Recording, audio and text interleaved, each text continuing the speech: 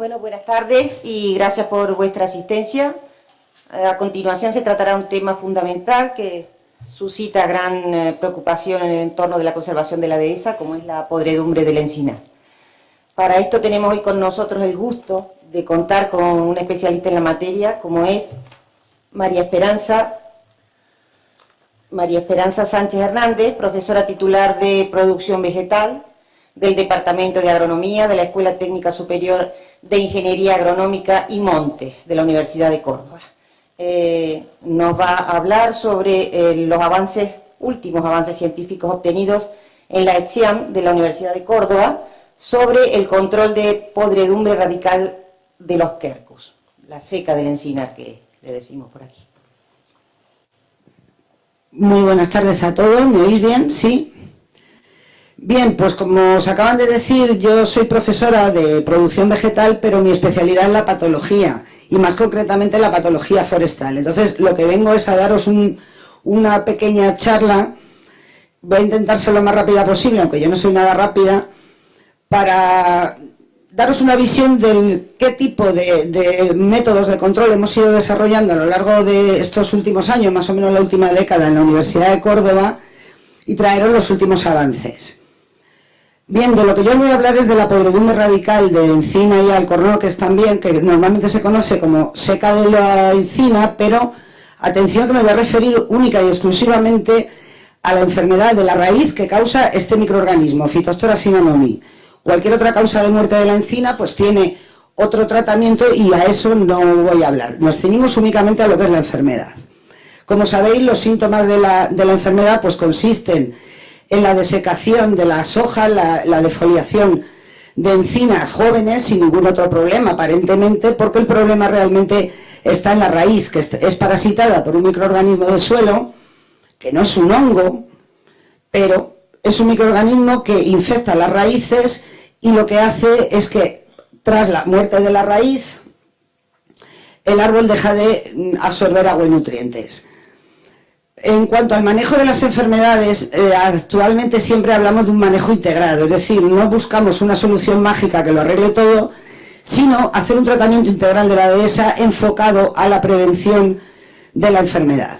En general, pues se pueden tomar medidas de control legislativo, esto es, normativas que obliguen a tomar medidas que impidan la dispersión o la diseminación de la enfermedad de unas fincas a otras. Os decía que podemos tomar medidas de control cultural, las cuales vamos a comentar después, o de control genético, basado en la propia genética de las plantas para que se defiendan de los patógenos, o medidas de control de tipo físico, o control químico. Y en el control químico, normalmente, la gente, o casi todos, tenemos en la cabeza que el control químico consiste en la aplicación de pesticidas, pero no necesariamente.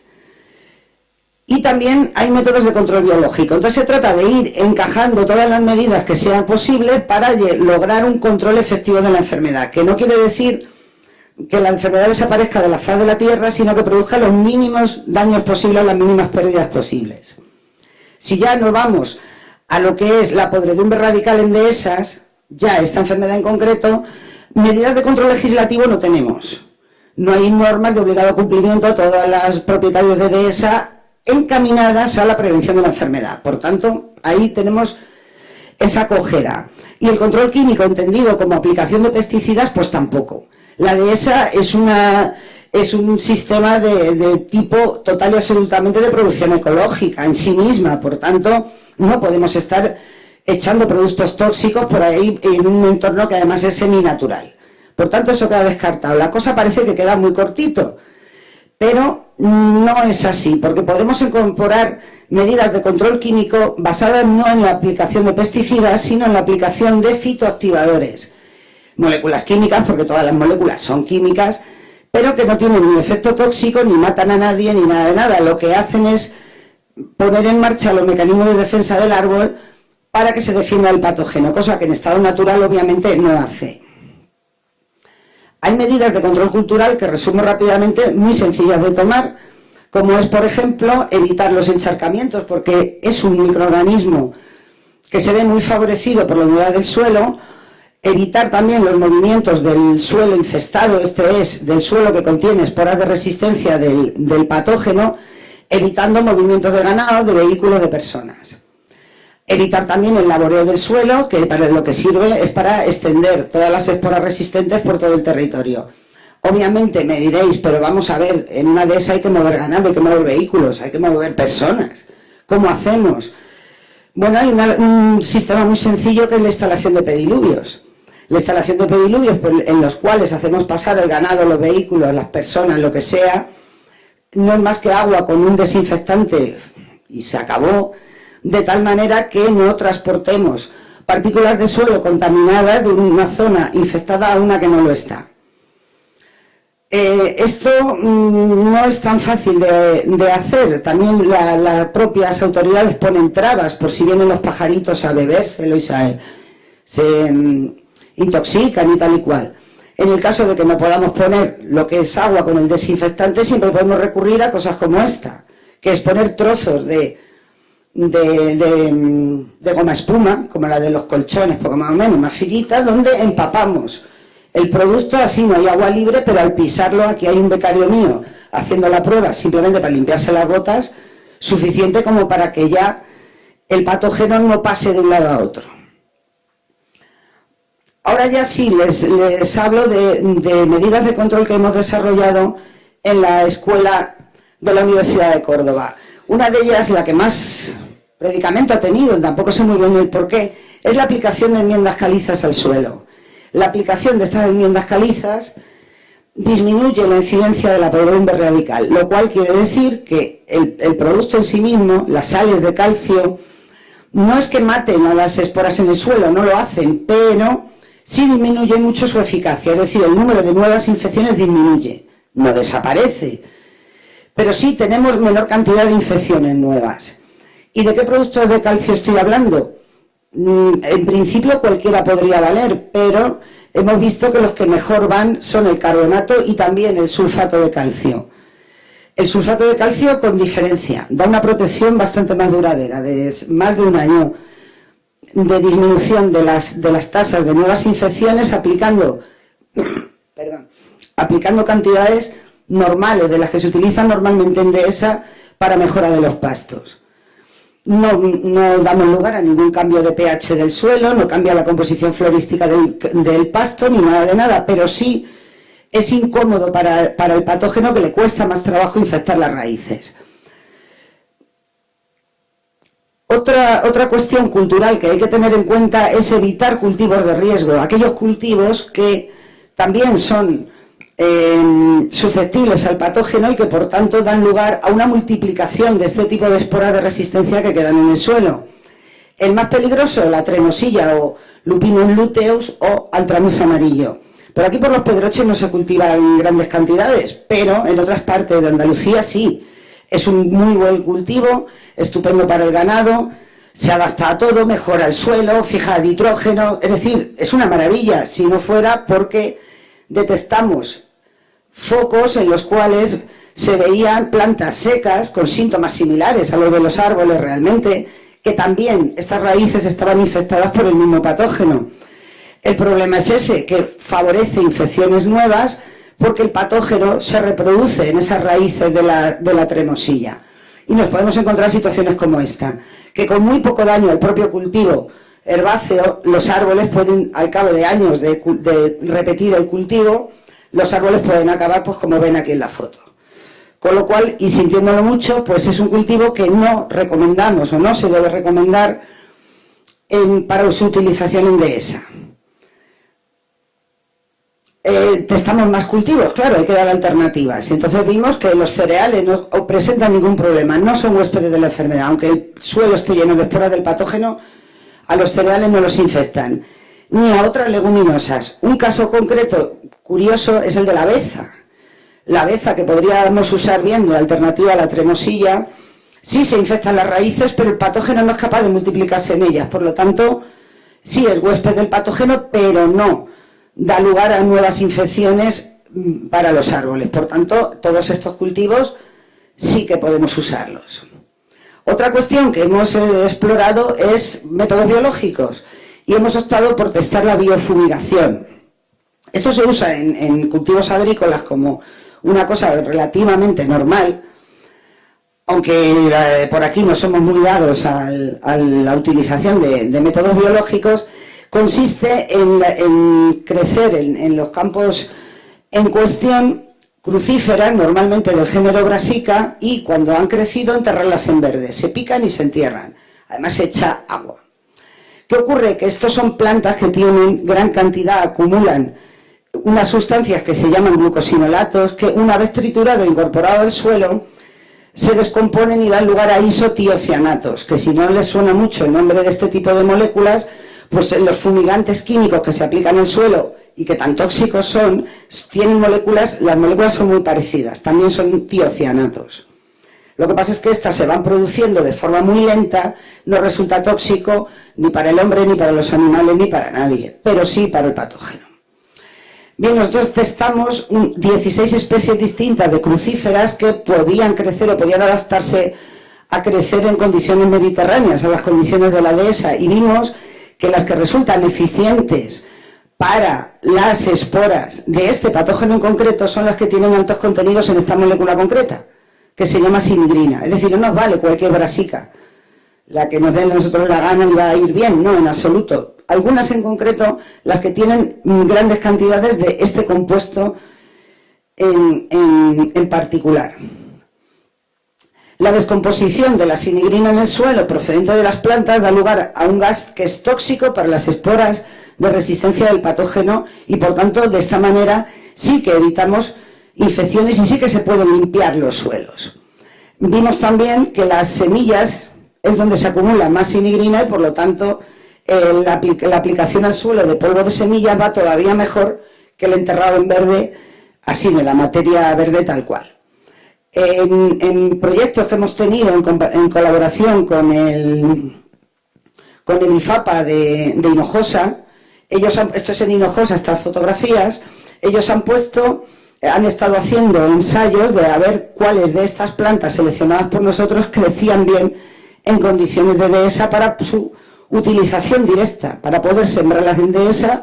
Esto obviamente el ganado no le va a gustar nada, no lo van a comer, pero para luego enterrarlas en verde. Aunque una muy buena alternativa, que iría incluso mejor, sería el cultivo de estas plantas en terrenos agrícolas normales y corrientes, la recogida de semillas y luego con el polvo de semillas aplicarlo al suelo en dehesa, justo antes de que empiece a llover para que se humedezca bien, y de esa manera conseguiríamos limpiar el suelo del patógeno. Otra cuestión es la mejora genética. Lógicamente, desde hace ya tiempo se han venido buscando árboles resistentes o al menos tolerantes a la enfermedad, que en presencia del patógeno no se infectaran. Entonces esto se ha hecho buscando en zonas con alta presión de enfermedad, decir, bueno, ¿qué árbol se ha librado? ¿Por qué se ha librado? Se han explorado Se han explorado muchas regiones de procedencia, también poblaciones distintas, pero a día de hoy los árboles que no se infectan normalmente se debe a fenómenos de escape. Es decir, ese árbol escapa de la enfermedad, pero no tiene genes de resistencia que luego legue con facilidad a sus descendientes. Por tanto, estos genes de resistencia contra el patógeno parecen no existir en las poblaciones de encina y alcornoque. Precisamente por eso sufren esta enfermedad. Si fueran resistentes, pues, o tuvieran esos genes de resistencia, pues no habría tantos problemas. Total, que nosotros nos pusimos a ensayar a ver qué tal los morfotipos de encina, los más frecuentes en Andalucía y sobre todo aquí, en la comarca de los Pedroches, qué tal eran, cómo se comportaban frente al patógeno. Entonces aquí pudimos ver que las encinas de tipo microcarpa, esto es las de bellota pequeña, aparentemente son más susceptibles que las que tienen la bellota más grande. Cuanto mayor es la bellota, aparentemente, y vuelvo a recalcarlo, de aparentemente, más resistentes son a la enfermedad. En realidad lo que pasa es que este tipo de encina es susceptible también, el patógeno invade la raíz de igual manera, pero tarda más tiempo en mostrar los síntomas. Es decir, que es una resistencia muy aparente que en realidad pues no lo es. Por tanto, bueno, recomendar a los propietarios, produzcan ustedes o intenten ustedes repoblar con encina de bellota grande, eso ya lo hacen sin necesidad de lucha contra ninguna enfermedad ni nada de nada. Entonces, lo que sí sacamos de este trabajo interesante es que cuando nos pusimos a ensayar qué pasaba con los mestos, los híbridos naturales, porque estos no los cruzamos nosotros, nos los encontramos por el campo y ya está. los híbridos naturales entre encina y quejigo eran mucho menos susceptibles de la infección. Hay que decir que el quejigo es tolerante a la infección. De hecho, los quejigos no sufren esta enfermedad. Por tanto, aquí se abre una vía de trabajo interesante para los mejoradores genéticos. Es decir, a partir de la hibridación de las encinas con quejigos, que son muy fáciles de hibridar, hibridan muy bien, lo hacen de forma natural, sería cuestión de que se encontraran o que se pudieran conseguir líneas de encina que incorporaran los genes de resistencia procedentes del quejigo y que los transmitieran a la descendencia. Esos son trabajos que llevan muchos años y que hacen los mejoradores, no los patólogos. Pero bueno, ahí tenemos la vía abierta, sería una buena línea de investigación para poder conseguir estas encinas tolerantes a la enfermedad. Pero la tolerancia a la enfermedad también puede inducirse de manera artificial, o sea, no provenir de la propia genética de la planta, sino inducirla. ¿Cómo conseguimos inducirla? Pues nosotros vimos que las encinas que tienen altos niveles de calcio resultan tolerantes a la enfermedad, y en estas fotos pueden ver en encinitas pequeñas, en un ensayo en cámara de cultivo. Esto no es suelo, es vermiculita, son encinas que nada más crecer les quitamos la bellota, y aquí sin suelo, no tienen ninguna fuente de nutrientes más que la solución nutritiva que nosotros le aportemos.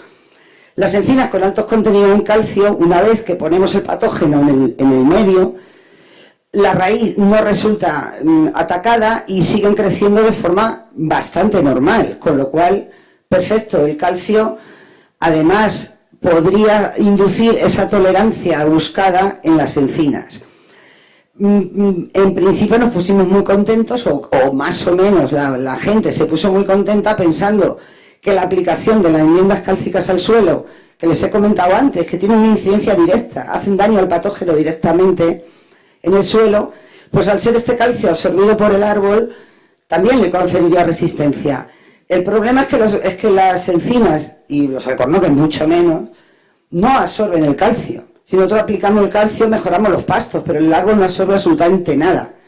De hecho, nosotros para conseguir estas encinas con alto contenido de calcio, los tuvimos que someter a una dieta pobre, no pobre, prácticamente sin potasio. La única manera que conseguimos que el árbol no tuviera, bueno, el arbolito, no tuviera más remedio que absorber calcio. Pero claro, esto es un sistema artificial. En la vida real eso no se podría hacer. Total, nos falta todavía la forma de hacer que el árbol absorba y asimile el calcio que le conferiría esa tolerancia inducida. Esto sería un método de control químico, porque lo que estamos aplicando, lo que pretendemos es un compuesto químico, una sal de calcio en el árbol. Y no son pesticidas. Con donde iba que no asociemos control químico con aplicación de productos tóxicos. Esto no es tóxico. Y ya llegamos al meollo de la cuestión, a lo que realmente es novedoso, que es conseguir la tolerancia de las encinas para que no se infecten por el patógeno mediante la aplicación de fitoactivadores, esto es, de moléculas que desencadenan los mecanismos de defensa natural de la planta que el gen correspondiente, como no existe, no lo activa. Bien, estos activadores de resistencia, en principio, la mayor parte de ellos son los que conocemos como fosfitos o fosfonatos. Y una cuestión que les quiero poner desde ya es esto. Esto es el ácido fosfórico. Esto es una representación de la molécula de ácido fosfórico. Este es el ácido fosforoso. Las sales de ácido fosfórico son los fosfatos. Las sales de ácido fosforoso son los fosfitos o fosfonatos. La molécula así escrita pues es muy parecida, solo difieren que una tiene un átomo de oxígeno más que la otra. Es lo mismo, es igual. No tiene nada que ver. Si nos fijamos en la molécula es muy distinta. Y lo que es más importante, no están en equilibrio. Una no se transforma en la otra. La planta no puede transformar el fosfato en fosfito ni el fosfito en fosfato. Ni la planta ni nadie. Son moléculas que no están en absoluto en equilibrio. Completamente distintas. Por tanto, no confundamos una cosa con la otra, que eso es un problema que muchas veces ocurre. ¿Qué es lo que ocurre? Bueno, pues estos son fertilizantes fosfóricos que se utilizan normalmente en la dehesa. Normalmente el superfosfato de cal pues, se utiliza mucho. Es un fertilizante, fuente de fósforo para la planta, perfecto, pero no tiene ningún efecto activador de resistencia, lo que es ninguno. Sin embargo, las sales del ácido fosforoso, esto es los fosfitos, estos sí, Son activadores de resistencia a concentraciones muy bajas, activan mecanismos de resistencia justo contra este tipo de microorganismos, no para cualquier cosa, sino para estos. Y además no son fuente de fósforo. Si ponemos plantas con deficiencia de fósforo y añadimos fosfitos, van a tener exactamente la misma deficiencia de fósforo, justamente porque no se van a transformar uno en la otra. Bien, pues el problema es que estos productos, ambos, se han estado comercializando en España en España y en toda Europa, como fertilizantes, ambos, cuando estos no son fertilizantes, ni muchísimo menos. Por tanto, se trataría más bien de un cierto fraude, vender un producto fertilizante como que aporta fósforo cuando realmente no aporta ningún fósforo a la planta. Por ese motivo, en el año 13 creo que fue, no me acuerdo, ya hace unos años, estos productos se prohibió su utilización como fertilizantes. Se pueden utilizar si la empresa que lo vende lo comercializa como lo que es, activador de resistencia, que está dentro del grupo de productos fitosanitarios. Pero claro, eso es lo más caro.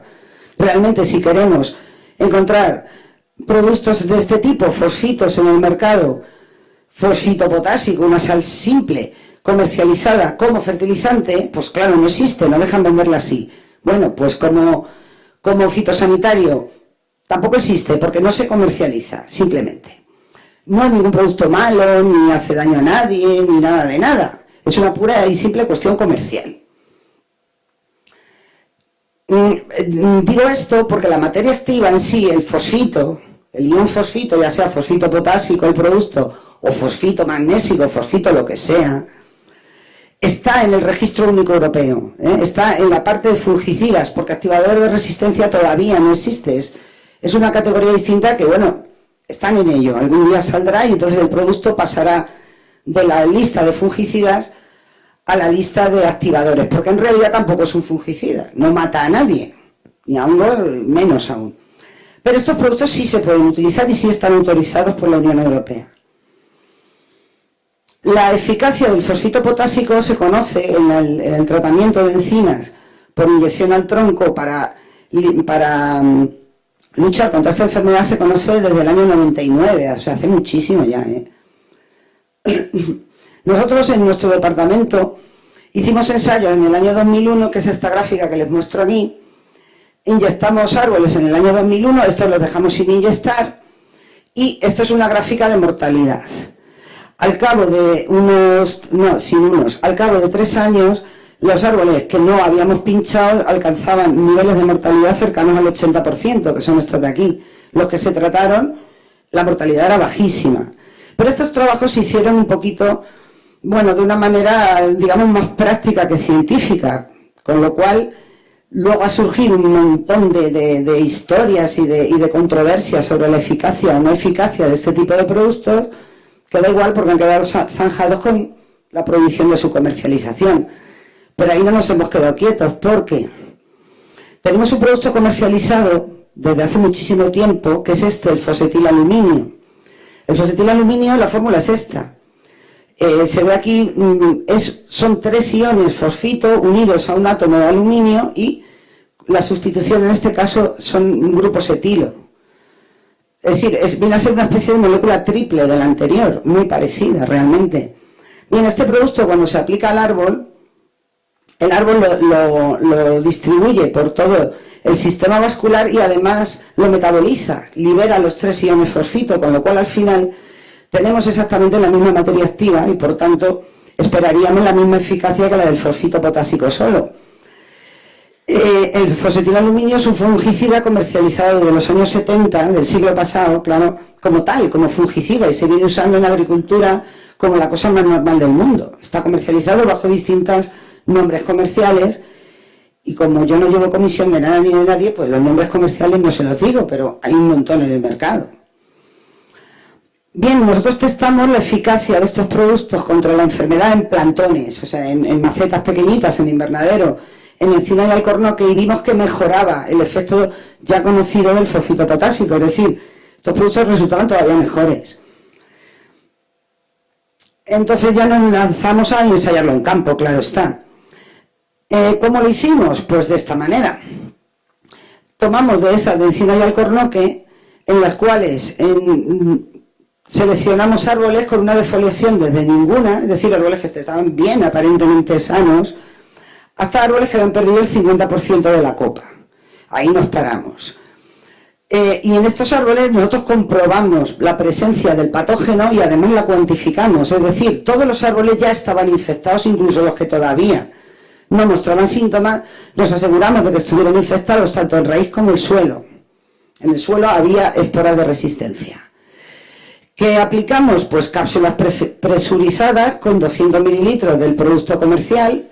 Este sí le digo la marca porque es el que usamos, pues bueno, pero hay muchos más. Al 4% en solución acuosa neutra. Eso es fundamental, que la solución tiene que ser neutra. ¿Cómo lo hicimos? Pues aplicando una cápsula cada 20 o 25 centímetros de perímetro a 50 centímetros del suelo, aproximadamente. Con lo cual, aplicamos 3-4 cápsulas por cada uno de los árboles en cuestión. ¿Cuándo lo hicimos? A las horas de mayor insolación, en un día despejado y con una temperatura entre 20 y 25 grados. En estas condiciones, el contenido de las cápsulas se absorbe rápidamente. En 20-30 minutos está absorbido y podemos retirarlas. Esas son las condiciones idóneas. Claro, si lo aplicamos el número de cápsulas que nos parece bien, a la altura que queremos, dentro le metemos cualquier otra cosa, ya no es lo mismo. Bien, pues los tratamientos se hicieron en el otoño del año 14. Tratamos 60 árboles de esa de encina y también de alcornoque en 3 clases de defoliación. Los árboles los agrupamos en los que estaban muy bien, nada de defoliación hasta el 10%, hasta un cuarto de copa perdida y hasta media copa ya perdida. 30 de ellos, de cada uno de estos 60, de estos grupos de 60, 30 los tratamos con el fosetilaluminio, como aquí, y los otros 30 también, pero con agua. Es decir, no les aplicamos nada, y estos eran los que actuaban de testigo. En los 3 años siguientes, pues todos los árboles, en todos ellos se hizo una nueva evaluación de la defoliación. También se tomaron muestras de raíz y cuantificamos la presencia del patógeno en esas raíces y también de esporas de resistencia en el suelo de la rizosfera. Con los datos obtenidos a lo largo de todos estos años, pues se hizo un tratamiento estadístico y hace una semanita, poco más, pues hemos publicado el trabajo en cuestión. Obviamente este trabajo se ha publicado en una revista científica como todos los demás que les he ido poniendo. Abajo sale la referencia en cuestión. Es decir, los datos se han contrastado, han pasado la criba de otros colegas internacionales y se ha publicado, ya les digo, hace escasamente una semana.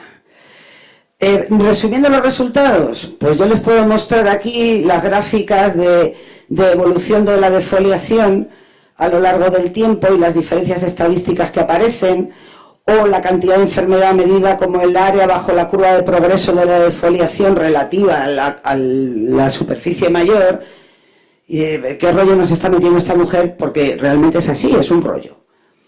Incluso vimos cómo había una correlación negativa y perfectamente lineal entre el aislamiento del patógeno en la raíz en función de la densidad de las esporas en el suelo. Y como siempre para los árboles tratados, esta correlación estaba por debajo de los árboles no tratados. Traduciendo esto al castellano, pues lo que hemos hecho es demostrar que el fosetilaluminio aplicado como les he dicho, no de otra manera, aplicado así, disminuye significativamente, es decir, hay una significación estadística contrastada, disminuye la defoliación de las copas, disminuye la infección de las raíces y, por tanto, al final, disminuye la cantidad de enfermedad. Como cosas interesantes que nos hemos encontrado, pues que esta mejoría es igual para todos, es independiente del estado inicial del árbol infectado. Nosotros partíamos de la idea que nos había pasado con el fosfito potásico, de que solo los árboles sanos se ven protegidos de nuevas infecciones. Por eso nos paramos al llegar a árboles medio defoliados, es decir, ¿para qué vamos a seguir?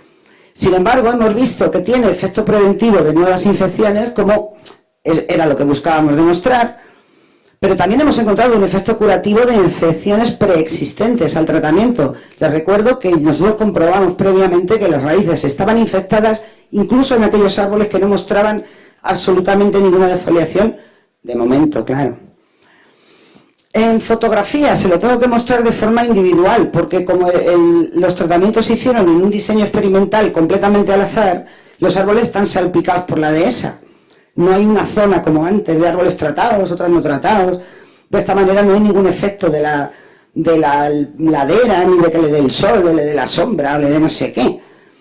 Con lo cual, simplemente les muestro el aspecto de dos árboles individuales en 2014, un poco defoliados, realmente, no son de los peores que nos encontramos, uno de los que se trataron con agua, otro de los que se trataron con el fosfetilaluminio, y el aspecto que presentaban al cabo de los 3 años, en los que no hicimos nada, la enfermedad continuó, y por lo tanto estaban mucho más defoliados.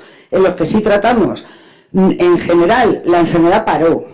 Nos lo encontrábamos igual, pero en algunos casos, bastantes casos, significativamente importantes, realmente las copas se habían recuperado. Es decir, esa defoliación que presentaban al principio se había recuperado y tenían más follaje que antes del tratamiento. Y ya les muestro una fotografía de dos árboles que quedaron, uno tratado, el otro sin tratar, que bueno, quedaron al lado también por puro azar.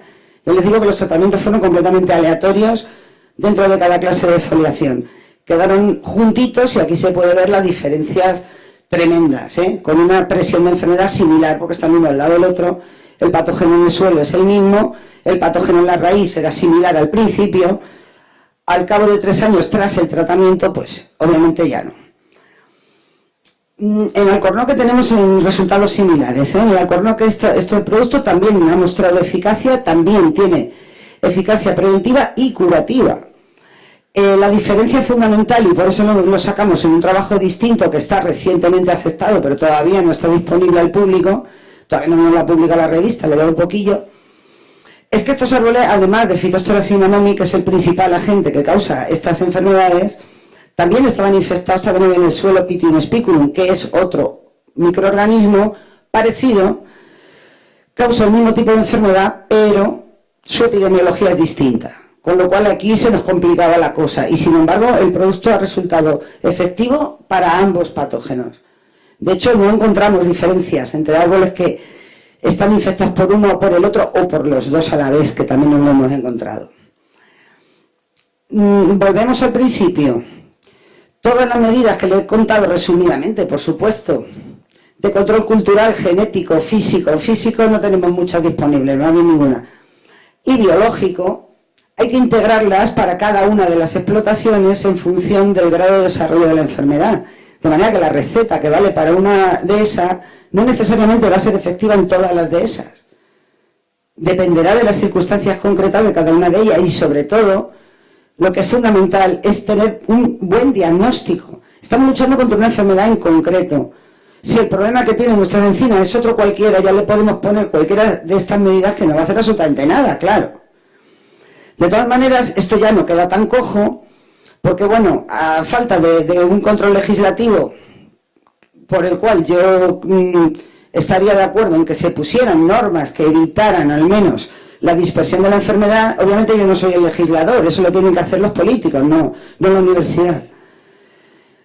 Y podemos añadir esta pieza adicional de control químico mediante fitoactivadores porque está comprobado científicamente que funcionan. Siempre que se apliquen bien, por supuesto, y para el tratamiento de la enfermedad en cuestión, no para el tratamiento de cualquier otra cosilla. Y con esto termino, porque en vez de contarles demasiado rollo, que yo tengo mucho a enrollarme, prefiero que sean ustedes los que me pregunten todas las dudas que tengan o quieran preguntarme.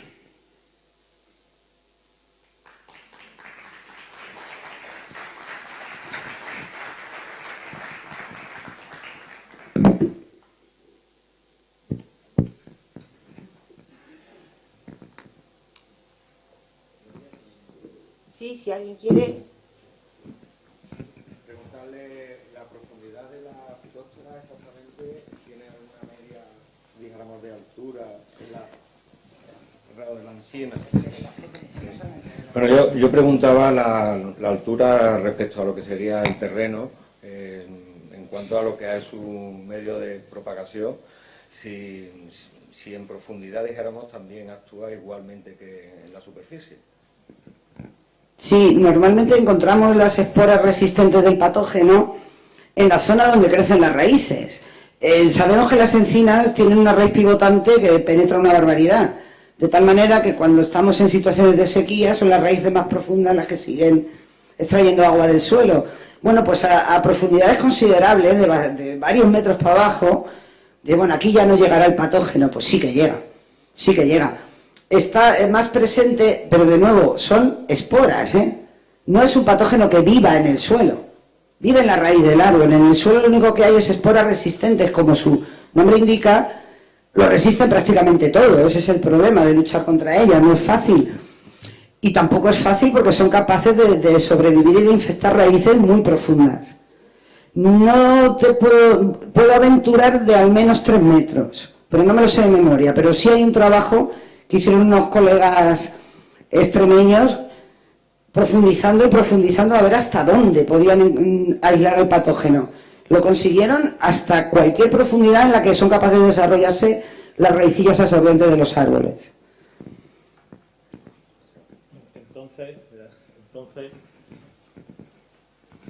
Entonces, hablando de la profundidad, tratamientos como ha hablado usted sobre el aporte de sulfatos de calcio a la tierra y demás, ¿se quedarían realmente cortos? Porque si estamos hablando que a cualquier profundidad podemos encontrar esas esporas. Los tratamientos que te comento, claro, tú el producto lo aplicas en superficie, pero lógicamente lo aplicas cuando la previsión del tiempo te dice que va a llover, para que infiltre. El producto infiltra también. Pero hombre, qué duda cabe, cuanto más profunda en ese momento esté la raíz, porque a ver, el árbol no tiene una raíz fija. Si tiene agua suficiente, las raíces están a medio metro, no más. El problema es cuando hay sequía. Entonces es cuando empieza a emitir raíces desde la raíz pivotante leñosa a mayor profundidad para extraer agua. Es posible que en esas condiciones quizá el sulfato de calcio no llegue tan abajo, pero bueno, si estaríamos hablando de condiciones de sequía tampoco habría agua para que se infiltrara. Daría poco más o menos lo mismo. Sí, a ver, le iba a preguntar sobre la prueba que se ha hecho con las inyecciones a los árboles. Con las inyecciones que se le ha hecho a los árboles, ¿se ha comprobado que después de estos años, estos árboles tratados que respondieron de forma positiva, haya vuelto a haber un decaimiento? ¿Habría que volver a tratar para que fuese una recuperación más definitiva? Y en segundo lugar, quería preguntar, ¿hay algún programa dentro de la universidad que permita que a la finca de nuestro territorio podamos hacer algún tipo de consulta o investigación de si en nuestro territorio hay mayor o menor cantidad de este tipo de esporas que serían negativas para nuestra dehesa? Con respecto a la primera pregunta, esa es una de las cuestiones que nos quedan en el aire. Nosotros hemos comprobado que el tratamiento dura al menos 3 años. En esos 3 años la cosa va muy bien. No sabemos por cuánto puede durar, cuánto habría que repetirlo. Tendríamos que continuar tomando datos hasta ver un momento en el cual los árboles que han mejorado vuelven a empeorar, vuelven a infectarse. El problema es que los proyectos de investigación que no financia la universidad, porque nosotros somos pobres de solemnidad, en la universidad no tiene fondos propios para financiar investigaciones, tenemos que buscarnos la vida con proyectos externos. Lo financia toda esa gente que hay ahí, que he ido marcando, pues son gente a la que hay que, instituciones a las que tengo que agradecer que hayan financiado todos estos trabajos. Junta de Andalucía, la Diputación de Huelva, la Fundación del Banco BBVA, el Ministerio de Economía y Competitividad, distintos proyectos europeos. Es decir, la financiación siempre viene de fuera y es difícil conseguirla. Nosotros nos hemos tenido que parar en 3 años de toma de datos porque se nos acaba el proyecto, así de sencillo, no tenemos dinero para continuar. Sería interesante saber hasta cuándo puede durar. La ventaja de estos productos es que al ser una molécula ajena a la propia planta y que no se transmuta en otras especies químicas de fósforo, dura mucho. Es decir, el fosfito está circulando y se va eliminando con la caída normal de las hojas, etcétera, etcétera, se va eliminando una pequeña cantidad, de manera que las hojas nuevas tienen que repartirse lo que queda, pero claro, va disminuyendo muy poco. En el campo agrícola dura mucho menos los tratamientos, pero por otra gente que ha tratado otros árboles de tipo forestal con estos productos, lo normal es que dure 4 años. A partir de los 4 años, habría que ver en el caso concreto de encina y alcornón, que no lo puedo saber, pero podríamos estar pensando en esas fechas para que hubiera que repetir el tratamiento. Pero, bueno, no tenemos datos, no lo sé. Y la segunda pregunta que me hacía era si la universidad dispone de algún programa, pues, por desgracia, no. Ya le digo, no disponemos de fondos. Ese tipo de prospecciones, de tipo ver la extensión ver la extensión de una enfermedad concreta en el territorio, normalmente ese tipo de trabajos no los hacen las universidades, los hace la administración local, la Junta de Andalucía, generalmente. Tienen una red es que ahora mismo no sé exactamente cómo se llama. Tienen una red de detección y a partir del proyecto Biodehesa, en el cual también está por ahí, porque también ha contribuido, bueno, no con dinero realmente, pero bueno, sí ha contribuido proporcionándonos contactos con fincas, etcétera, etcétera.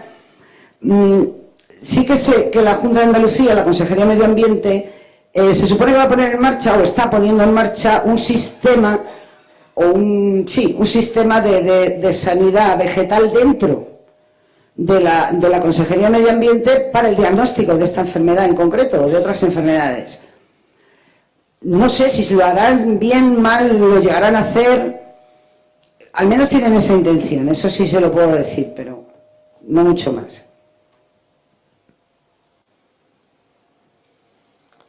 ¿Alguien más quiere hacer alguna pregunta?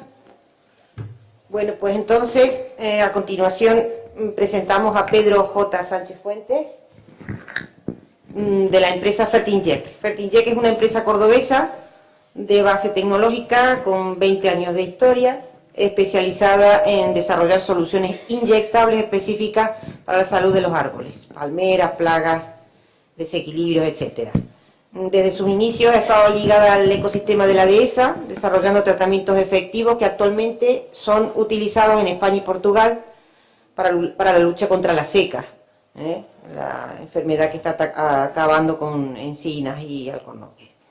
El ponente, Pedro J. Sánchez, es ingeniero especializado en la conservación del ecosistema agroforestal de la dehesa y nos va a explicar cómo ayuda la endoterapia a proteger las encinas. Buenas tardes. Bueno, agradecer a Esperanza que ha allanado bastante el terreno, puesto que las inyecciones al tronco en el proyecto de Life Biodehesa se basa sobre todo en el proyecto de investigación y científico que ella ha expuesto, teniendo en cuenta todo el grupo de medidas que se tienen en cuenta para intentar erradicar o parar esta enfermedad, este patógeno, pero yo me voy a encauzar, voy a incidir simplemente en lo que son las inyecciones al tronco, lo que es la endoterapia, ya que nuestra empresa pues lo que se ha dedicado y ha trabajado durante muchos años en la especialización de dicho método. Pues bien, hablaré brevemente de una introducción. Luego, cómo y cuándo deben aplicarse los productos, la aplicación de las cápsulas presurizadas, que ahí es donde entra específicamente en nuestra empresa, los productos aplicables, que son los que ya hemos visto previamente, y la periodicidad. Muchos de estos puntos ya se han visto en la ponencia de Esperanza, así que no me pararé mucho, ya que quiero que sea algo más práctico y algo más visual, que podáis ver cómo se realiza las inyecciones. Pues bien, dentro de la introducción vemos que el patógeno es un omiceto, una Phytophthora cinnamomi, en el que actúa lo que es en la raíz de la planta. En la presentación inicial vemos cómo parte de las raíces esquemáticas del lado izquierdo vemos como ahí sí hay pelos radicales en el que la planta actúa normalmente y la absorción es perfectamente normal, y en la parte derecha vemos como ahí existe una ausencia de las mismas, ¿no? Esta ausencia se debe precisamente a la presencia del patógeno y por consiguiente la muerte de las ramas de la zona afectada. Como bien ya se sabe, las ramas mueren, se desfolian debido a una falta de nutricional por parte ya que no existen raíces que alimenten la planta, que alimenten el árbol. Pues bien, seguimos por aquí, en el que la planta tiene como sistema vascular, tenemos vasos de xilema y vasos de floema. Vaso de xilema es por donde va la savia bruta, digamos, donde coge la planta el agua y minerales de la tierra, y por vaso de floema, donde está la savia elaborada, en el que nosotros también nos vamos a fijar tanto en uno como en otro, ¿no? Nosotros cuando realizamos una inyección aprovechamos este sistema vascular en el que se va a traslocar por toda la planta, por todo el árbol, y cada centímetro del árbol va a quedar tratado. Se pueden realizar actualmente tanto como tratamiento preventivo o curativo, como podemos ver de forma preventiva están perfectamente ya estudiados, y actualmente con los nuevos estudios que ya se han comentado previamente, pues podemos decir con fiabilidad de que existe ya una curación en estadios de una enfermedad bajo, medio y hasta ahí podemos llegar, ¿no? En estadios ya altos, pues obviamente de momento seguimos trabajando. Se utilizan productos sistémicos de bajo peso molecular, sales inorgánicas de ácido fosfórico, así como sales de calcio, que luego veremos con más detenimiento. Esto es un breve esquema de cómo funciona la planta, cualquier árbol, y en el que tenemos xilema y floema, en el que todos y cada uno de ellos van de forma ascendente el xilema y de forma descendente el floema. Vemos aquí una zona llamada más oscura, que es la parte más vieja, la parte más antigua del tronco, en el que ya no existe absorción. ¿Por qué es importante saber esto? A la hora de realizar las inyecciones, luego vamos a ver de forma más esquemática cómo hay que hacer la profundidad de los agujeros para no llegar a esa parte dura, esa parte ya, entre comillas, esa parte muerta, ¿no? No va a absorber, vamos a producir una herida interna en la que no va a cicatrizar, dada que ya no tiene vida. Pues bien, las características de este tratamiento nos basamos en fitoactivadores.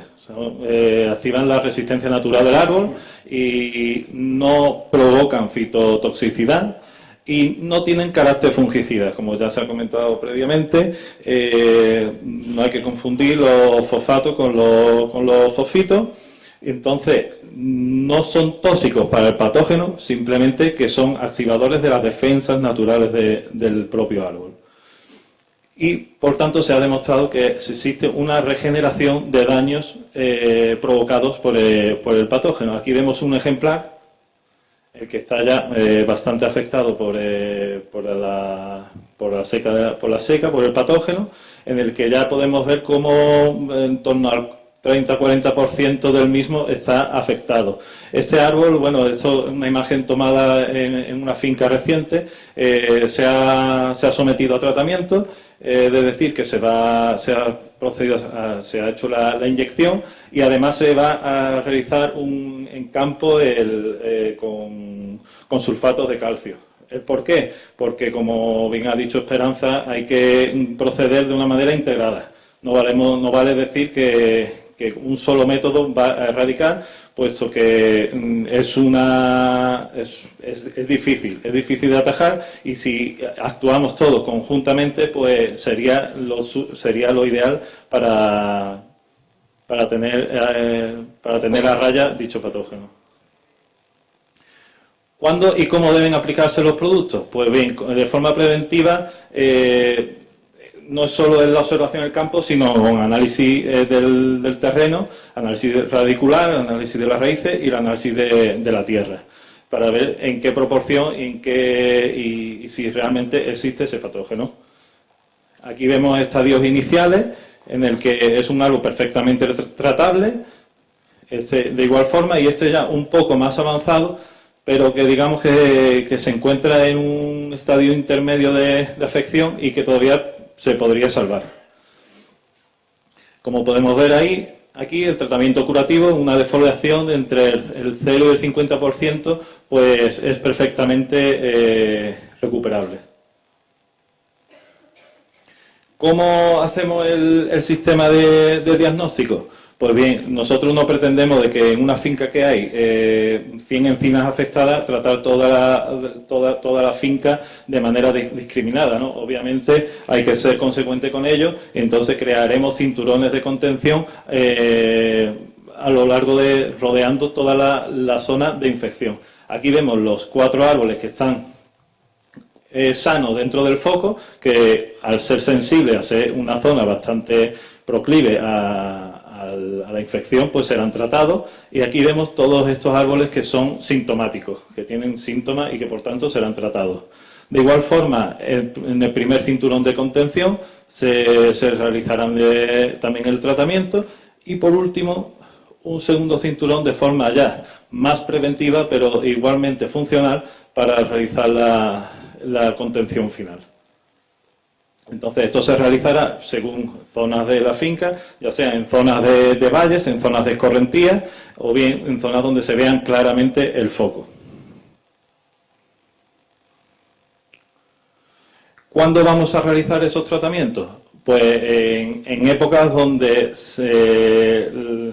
el desarrollo sea mayor, el desarrollo del patógeno sea mayor, como son en primavera y en otoño, después de periodos de precipitaciones. Es importante esto, dado que nosotros, el sistema de inyección se basa básicamente en la absorción por el sistema vascular. Así que, tras la lluvia, el árbol va a tener mayor absorción y mayor evapotranspiración. Si tenemos en cuenta además que hay que aplicar en un día soleado y en horas centrales del día, sería lo idóneo. Entonces, teniendo en cuenta que se aplican después de una precipitación y en días soleados en torno a temperaturas de 20-25 grados, pues la absorción se podría realizar en cuestión de minutos o como mucho en una hora debe estar absorbido. Dentro de las cápsulas presurizadas que tenemos, bueno, contar un poco que Fertinge es una empresa con más de 25 años de experiencia en este sector. Precisamente fueron de los primeros tratamientos que se hacían era contra la seca de la encina, actualmente mucho más profesionalizado y mucho más avanzado en esta materia. Contamos con cápsulas presurizadas de 200 mililitros de disolución, ya que es ese formato por el cual todas las materias existentes hoy día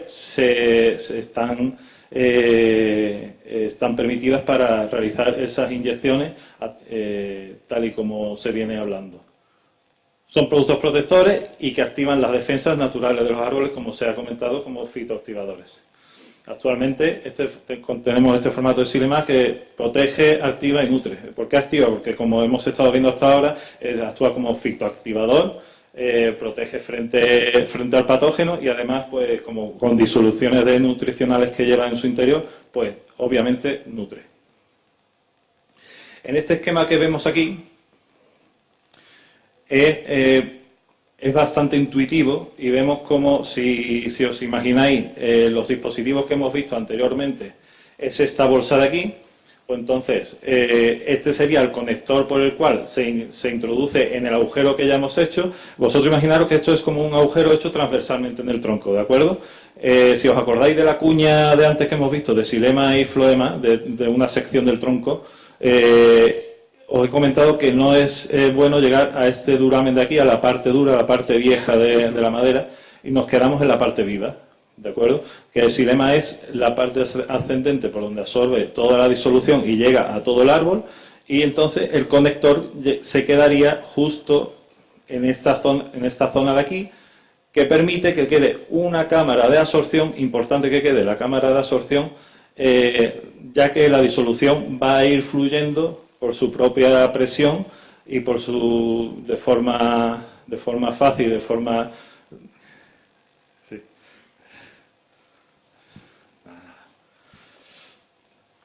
Entonces, con esa cámara de absorción lo que va a permitir que la disolución suba de forma natural por el árbol, sin hacer esfuerzos mayores y sin producir lesiones como se pueden producir con otros métodos de endoterapia, ya que nosotros trabajamos a baja presión. Entonces, una vez que se ha absorbido esa materia, esa disolución, la bolsa queda vacía y se procede a la retirada de la misma. Aquí en este esquema que veis con números sería el número de inyecciones según la sección del tronco, según el perímetro, ¿vale? Lo hacemos según el grosor, no según el diámetro. Entonces, cada 20 centímetros aproximadamente de perímetro realizamos una inyección. Pues según una encina media pues podrá tener unos 40, unas 4 unidades por tronco. La altura a realizar el orificio será de unos 50 centímetros del suelo, siempre y cuando, obviamente, nos vamos a adecuar a la situación de la finca. En caso de haber ganado, pues aumentamos esa altura a la que se realiza, y si nos encontramos ramas en esa distancia, digamos, de preventiva para que el ganado no lo rompa, no lo coja, no lo muerda, pues lo realizamos directamente en lo que son en las ramas principales.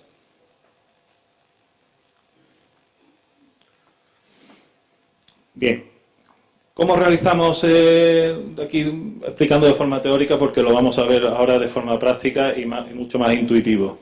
Se realiza con una broca de metal de 6,5 milímetros de diámetro, importante que sea de metal, aunque suene paradójico. No se utilizan brocas de madera porque pueden cauterizar la herida. Al cauterizar la herida, al quemarla,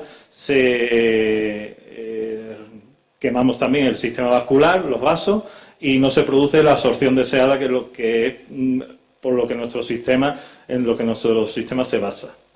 Las perforaciones no suelen ser mayor de unos 6-7 centímetros, y la temperatura óptima de aplicación de los 20-25 centímetros grados centígrados, como he comentado anteriormente, por la mañana, y un día soleado sería lo ideal, aunque lo bueno de nuestro sistema es que se puede aplicar con viento, llueva o de cualquier forma, pero de forma óptima, para que el tratamiento sea óptimo después de precipitaciones, día soleado y a las primeras horas de la mañana.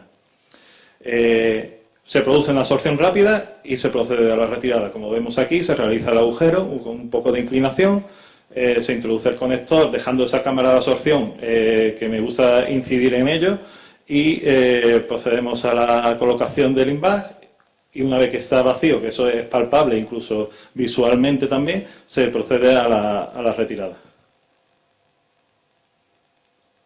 ¿Productos aplicables mediante inyección al tronco? Bueno, es un poco incidir más en lo que se ha comentado antes, dado que Life Biodesa se ha basado todo en proyectos de investigación anterior, ¿no? Entonces, procedemos a la inyección de sales de ácido fosfórico que activan las defensas naturales del árbol frente a los micetos, frente al patógeno, y sales de calcio. Las sales de calcio no solo crean esa resistencia, crea ese ambiente un poco supresivo para el patógeno para que se desarrolle en menor medida, sino que también aumenta la eficacia de los fosfitos, con lo cual juntos hacen que sea una mezcla bastante buena para atajar el problema. Nosotros, dentro de la disolución, contienen unos fosfonatos de calcio y magnesio, con lo cual, aunando ese fósforo y ese calcio tan importante en esta materia, pues se genere esa resistencia y esa prolongación de la vida del ejemplar en los quercus. Puntos adicionales a tener en cuenta. Bueno, los fosfitos se absorben por raíz o hoja, pero no deben usarse como una fuente de nutrición fosfórica, como hemos visto anteriormente. Así que no pueden sustituir fertilizaciones de fosfonatos convencionales como estamos viendo. De igual forma, como ha comentado antes Esperanza, el fosfito potásico se eliminó como fertilizante porque realmente no lo era. Entonces, por eso se eliminó y ya se ve como fosfito, como un fitoactivador, como que es realmente lo que es. Así, los fosfitos no tienen ningún efecto estimulante de crecimiento en plantas sanas. Los fosfitos combinados con fosfato no proporcionan ningún efecto estimulante. Y si no hay enfermedades causadas por micetos, los fosfitos no tienen ningún efecto beneficioso para el arbolado. Entonces, nos quedamos con la función básica, que es un fitoactivador y un aplicador de resistencia frente al patógeno. Productos disponibles, pues como hemos visto anteriormente con el fosfetil de aluminio, el cual ha aumentado de forma exponencial el que la aplicación de las inyecciones sea mucho más favorable a la hora de atajar este problema, ¿no? Hemos pasado de que sea un sistema preventivo a que sea también, además, un sistema curativo, que eso nos ha ayudado a darle este empuje a este sistema, dado que estamos tratando encinares que ya están afectados. Porque aquí pasa una cosa, que si no vemos que el árbol está afectado, no se hace tratamiento. Entonces, si nosotros antes nos basábamos en un sistema preventivo, poco podíamos hacer, porque la gente, hasta que no ve el problema real, no se mete en profundidad ni se va a hacer un tratamiento. Con lo cual, este nuevo estudio que ha salido ahora recientemente, hace semanas, que el fosfetil de aluminio hace que se reduzca, que sea el árbol más tolerante frente al patógeno, pues es magnífico, ¿no? Nosotros como empresa, y sobre todo mirando por el cliente final, por el particular que tiene realmente el problema. Tengo amigos que son ganaderos, tengo amigos que son agricultores y a mí me satisface mucho que trasladarle estas nuevas noticias y que sean los primeros, además, y de nuestra mano, que sean los que tratan. De hecho, tuve la oportunidad el mes pasado de cerrar un tratamiento con uno de mis amigos. He tratado unas 200 encinas en su finca y la verdad que muy contento, no con los resultados, porque obviamente ha sido tan reciente que no puede ver él aún los resultados, aunque yo estoy seguro que va a ir genial porque realmente así lo es, ¿no? Si no, yo creo que ese ya no me como más en su casa, como no funcione. Y bueno, es incidir más en lo mismo, ¿no? Con las cápsulas de 200 mililitros con los que contamos, y vais a ver ahora más en práctica como va a realizar Antonio, pues se va a ver perfectamente, ¿de acuerdo? No quiero excederme mucho más y simplemente hablar de la periodicidad del tratamiento. De forma segura podemos hablar de hasta 2 años de eficacia, de persistencia. Esperanza ha dicho 3 años, obviamente sí, el árbol va a estar 3 años perfectamente tras el tratamiento, solo que hay que estar observando, hay que estar analizando, hay que estar haciendo un seguimiento de los ejemplares tratados, porque depende mucho del nivel de afección que haya en la zona. No es lo mismo tratar un árbol en estadio 1 o en preventivo que tratar un árbol en los que el 30% o el 40% de la copa esté afectada.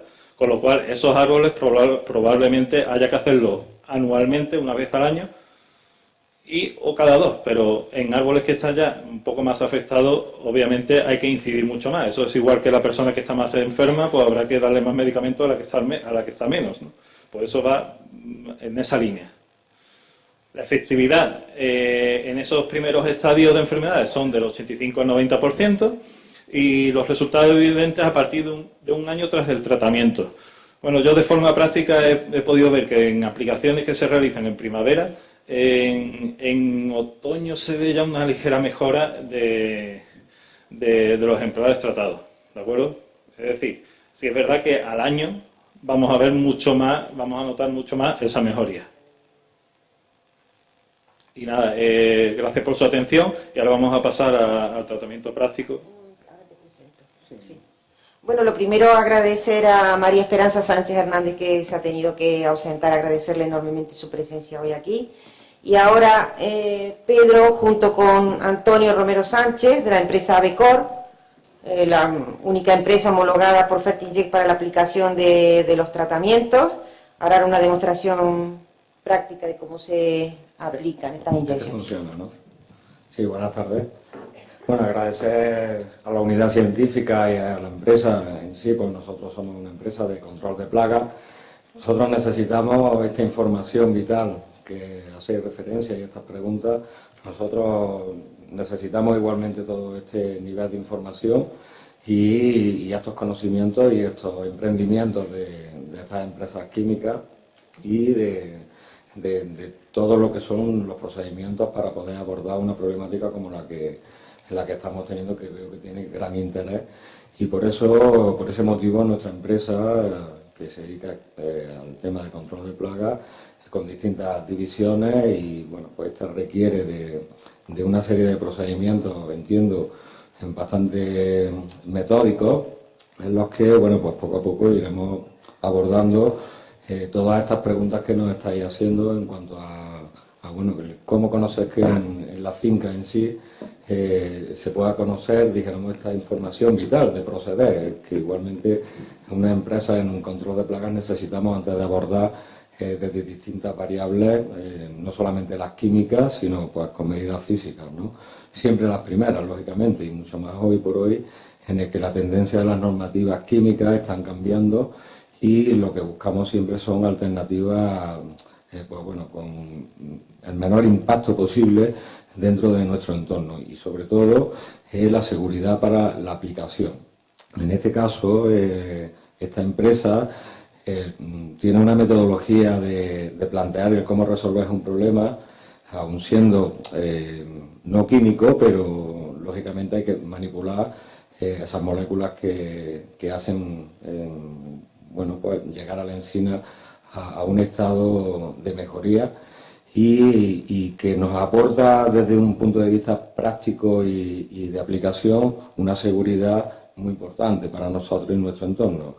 Entonces, bueno, nosotros llevamos 30 años aplicando productos químicos y os puedo garantizar que esto ha cambiado mucho en cuanto a lo que es el tema de la aplicación, y me alegro muchísimo por mí particularmente, porque aplicamos y manejamos productos todos los días y en sí por todo el entorno, ¿no? Entonces, bueno, ahora haremos una aplicación de lo que ha estado explicando el compañero y lo que anteriormente también Esperanza ha explicado técnicamente, para que veamos la facilidad que tiene el poder acceder, dijéramos, a hacer este tratamiento y con una garantía y seguridad que ahora veréis, ¿no? Pues bueno, yo, si quieres, procedemos a hacerlo. Bueno, él trae todos los medios y demás. Yo, como empresa aplicadora, me pongo siempre en las manos de quien ha elaborado esta metodología, esta técnica y estos productos, y bueno, pues vamos a ver la facilidad con la que se puede hacer y veréis un poco también en el interior del tronco cómo se ramifica, dijéramos, un poco el producto, para que veáis cómo en la realidad se puede llegar a unos resultados con esta técnica, ¿no? Bueno, si quieres, Juan.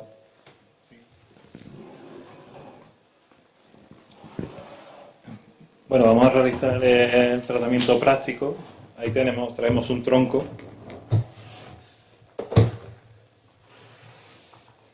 Este tronco concretamente me lo he traído porque, vamos, yo no tengo mucho terreno, tan solo tengo 3.000 metros y tenía 8 encinas. Esta concretamente ha sido afectada por fitóptora. Y lógicamente actúa con rapidez, ¿no? Automáticamente está en una zona conflictiva, puesto que tiene fitóptora.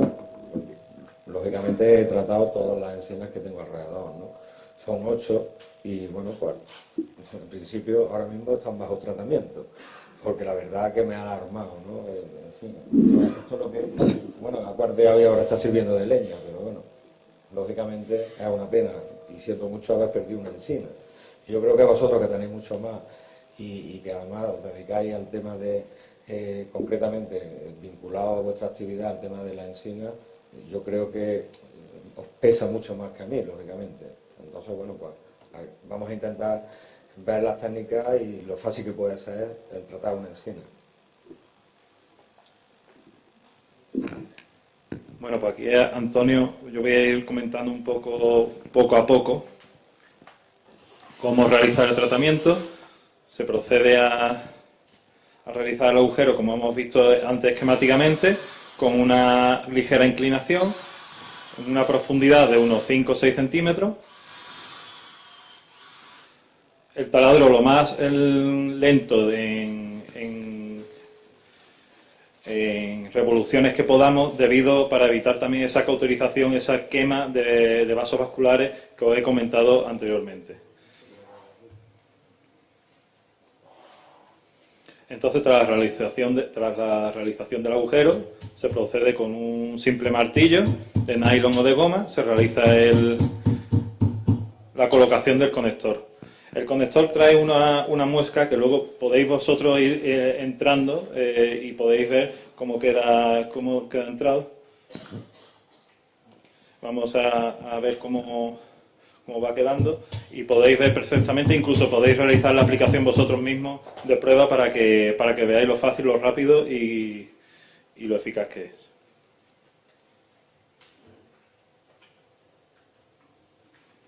Bien. Sí, aquí está ocurriendo algo que efectivamente, para que veáis que todo se comunica por dentro, se ha realizado un agujero cercano a otro y el producto está saliendo por otro agujero cercano. Entonces, nosotros hemos añadido un colorante dentro de la disolución de los in-bag, de las bolsas, para ver por qué camino coge esta disolución, ¿de acuerdo? Vamos a realizar otro agujero que esté un poco más separado de otro ya existente y vamos a intentar probar aquí in situ, teniendo en cuenta que es un tronco muerto, que no es un tronco vivo, y vamos a ver la translocación y la disolución hacia arriba de la disolución.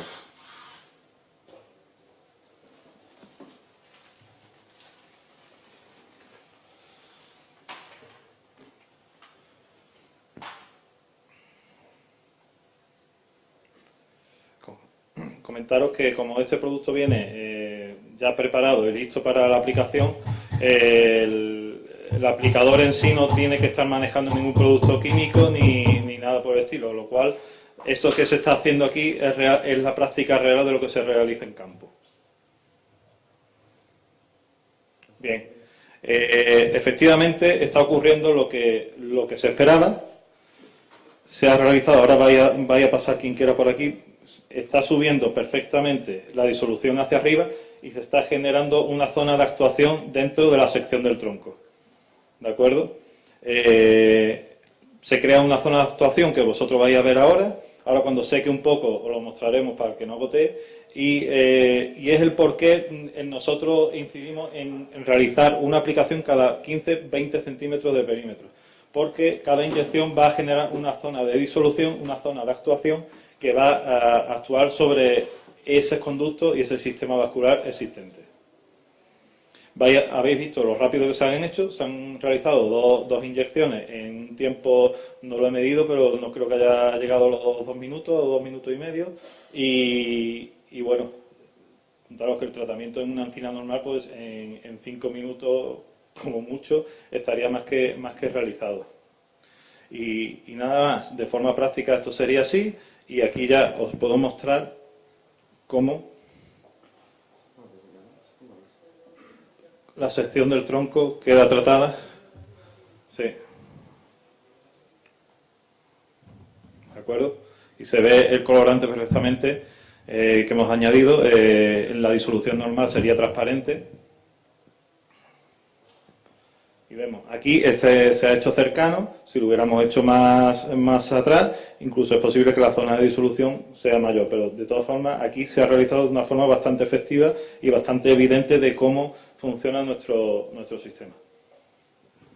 ¿De acuerdo? Ahí vemos en pantalla unas imágenes de una aplicación real en campo en el que se ha realizado el tratamiento a unas encinas.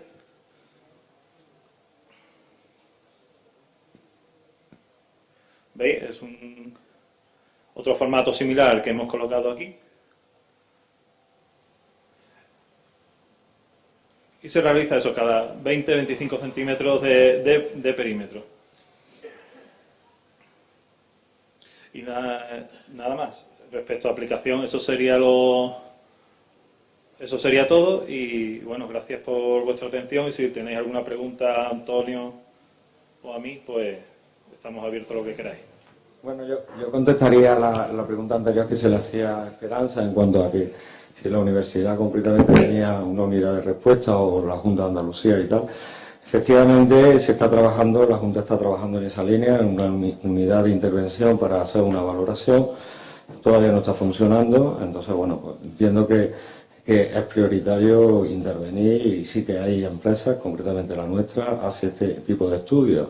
Nosotros lo que hacemos es primero hacer una valoración de la problemática y para, lógicamente, analizar si hay fitóctora en ese terreno. No hay otro medio que analizar. A la pregunta de que cómo conocer si efectivamente hay problemática, pues lógicamente hay que proceder a una serie de procedimientos para poder llegar a esa conclusión definitiva de poder actuar concretamente con tratamiento. Entonces, bueno, luego el tema del proyecto también LIFE recogía otras alternativas que lógicamente también son favorables para, lógicamente, que esta problemática no avance. Nosotros intentamos recoger todos los puntos importantes en las unidades científicas o laboratorios que trabajan en esa línea para poder establecer qué procedimientos son los más adecuados y que además cumplan unas expectativas económicas que se puedan poner en marcha, porque realmente pueden ser expectativas muy interesantes a nivel científico y demás, pero si no tenemos o no son económicamente viables, al final no se procede a ponerlas en marcha. Entonces, pues nada, nosotros nuestra línea de trabajo como empresa de aplicación es investigar a este tipo o seguir todo este tipo de movimientos, tanto científicos como de empresas que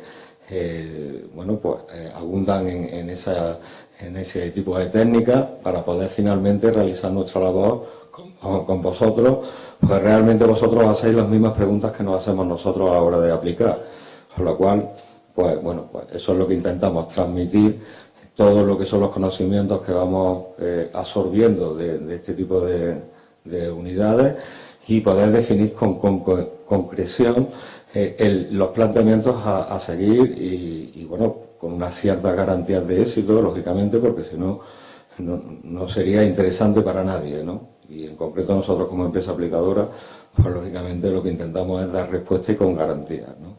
Nada más. Pues muchas gracias.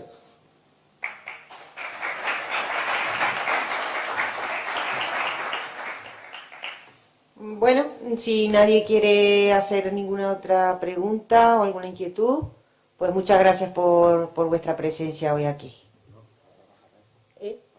Sí, bueno, lo introduzco yo ahora, sí. Bueno, a continuación entonces tendremos con nosotros a Jared Rabanillo Rueda, ingeniero agrónomo y director técnico de la empresa Efectos Soluciones, que nos va a ilustrar sobre los tratamientos preventivos para la mejora de la calidad de la bellota, engorde y sanidad general del arbolado. Y con esto damos concluida la tarde de conferencias.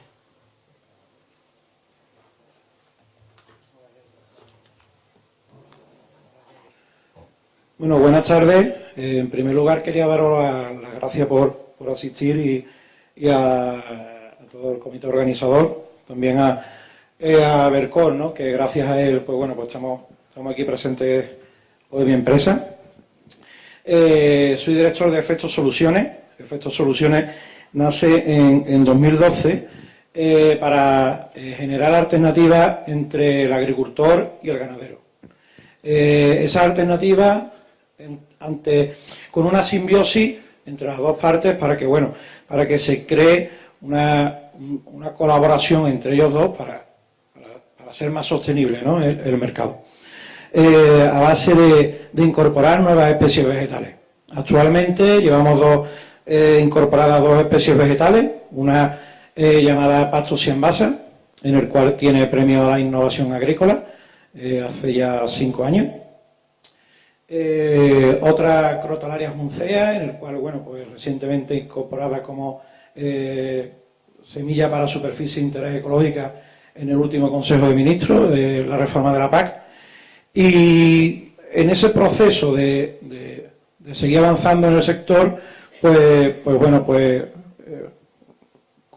medio de otros clientes y dada esa necesidad, pues empezamos a trabajar con fondos propios en ese estudio para mejorar o digamos, paliar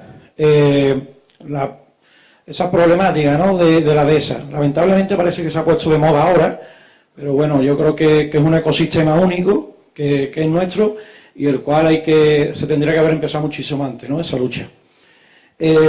Nosotros lo que hicimos es implantar un protocolo agronómico normal, como si fuera cualquier otro cultivo arbóreo, en el cual conseguimos un compuesto químico que lleva una síntesis de algas marinas, en el cual eso pues nos proporciona diferentes fitohormonas, azúcares, que son los promotores, ¿no?, de la energía, aminoácidos, una serie de compuestos para que el árbol mejoremos la sanidad natural suya y aparte consigamos no solamente una mayor producción, sino también mejores valores nutritivos en el fruto, que en este caso pues va a ser la bellota.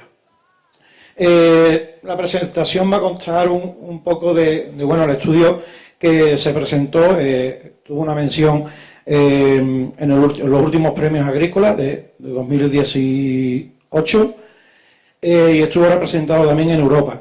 Va a constar de un poco el desarrollo en la presentación, más después un par de vídeos, unas entrevistas en un medio de comunicación y el vídeo que se hizo en el Parlamento.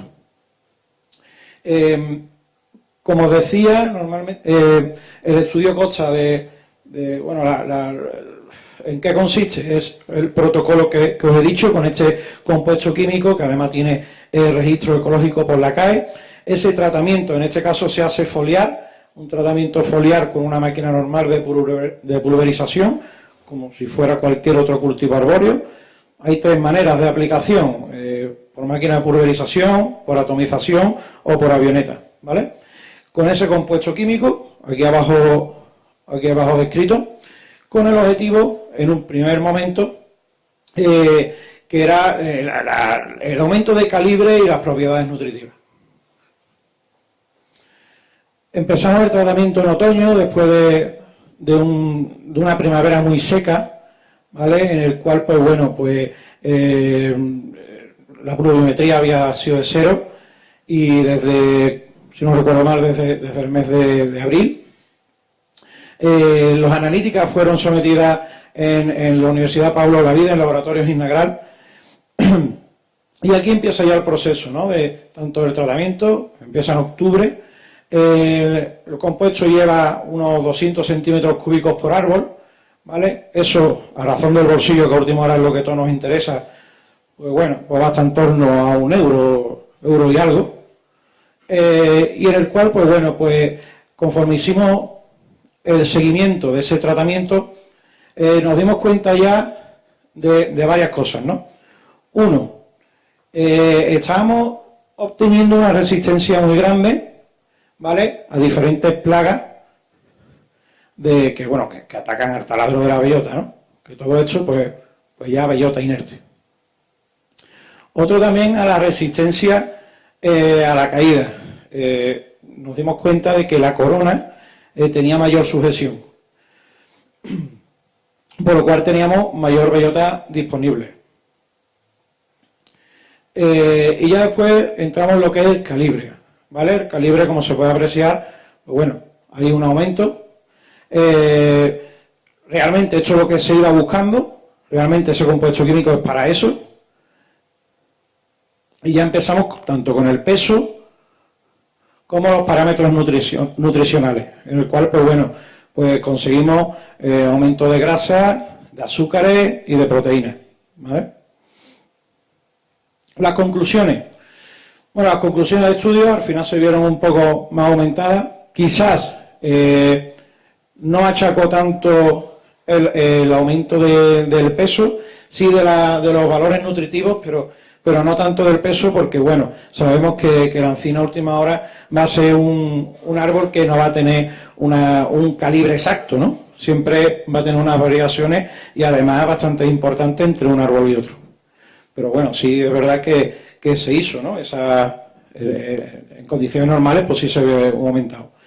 Incrementamos el peso un 22%, sobre todo más solidez en el agarre, ¿no?, de la copa, en condiciones de sequía extrema, más calidad nutritiva, como son ácidos grasos saturados, valor energético, proteína y tal, menos frutos atacados por patógenos, mayor sanidad general del árbol, que esto sí es importante, porque una cosa que quiero dejar claro, que esto no es ni curativo, esto es para hacer un trabajo natural preventivo, ¿vale? Identificación, pues está claro, ¿no? Para eso hay grandes profesionales, incluso yo sabría identificar algo, pero ya no soy muy cauto, pero sí es verdad que hoy en día, como antes estaba diciendo el compañero Antonio, hay que someter una serie de análisis para saber realmente qué problema hay.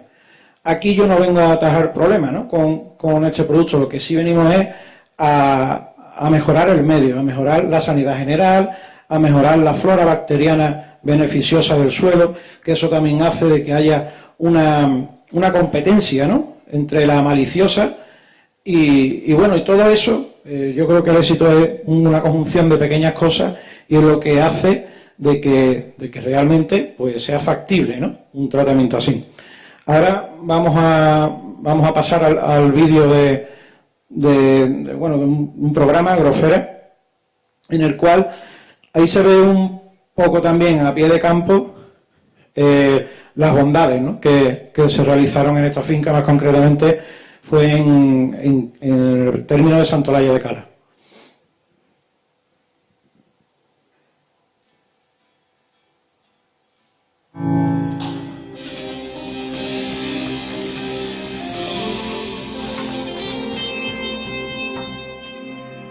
Son super bellotas, mucho más grandes que las normales y también más sanas y con mejores propiedades nutritivas. Se trata de un experimento. Han recibido un tratamiento con productos ecológicos que aumenta el rendimiento y la salud de alcornoques y encinas para su destino final, que no es otro que el engorde del cerdo ibérico en la dehesa. Es el resultado de la investigación de este ingeniero agrónomo sevillano. Hola, buenos días. Enseguida hablaremos con él. Será uno de los más grandes, con mayor valor nutricional y que al parecer le gustan más a los cerdos. Es el resultado de un proyecto experimental para aumentar la producción de alcornoques y encinas, que además hace que los árboles sufran menos los ataques de las plagas.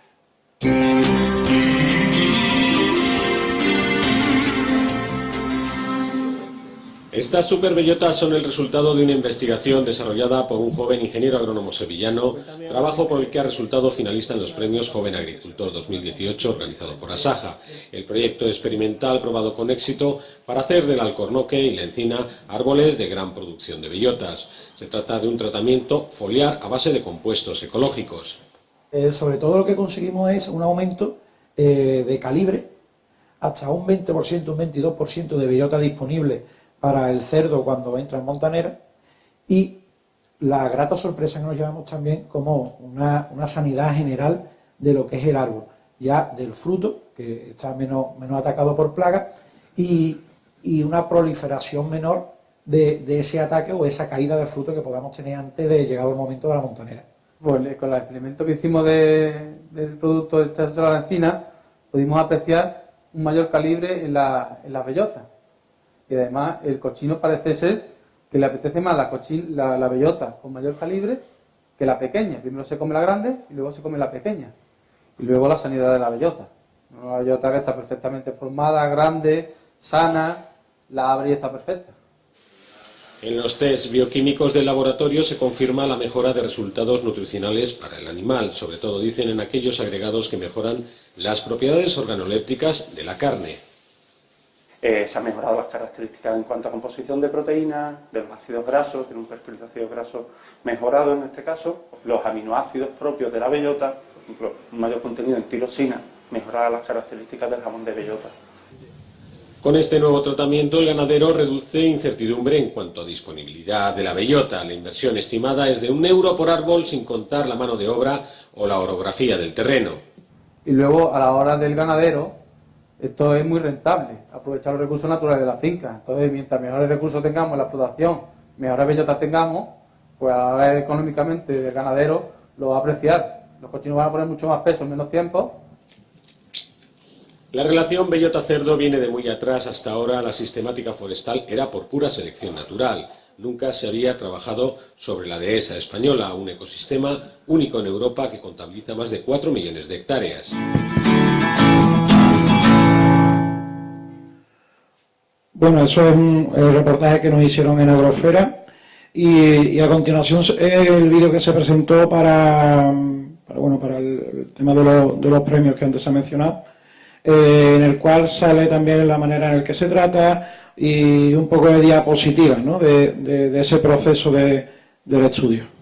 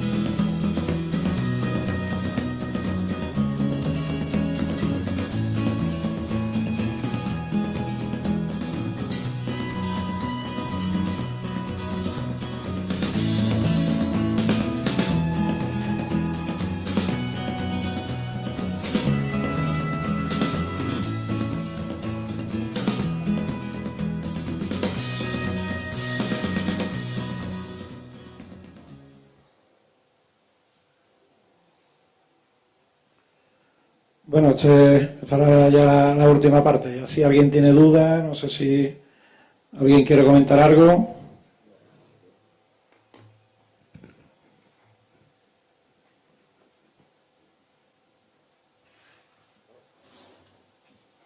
Bueno, pues muchísimas gracias y espero de que os haya gustado, ¿eh? Gracias.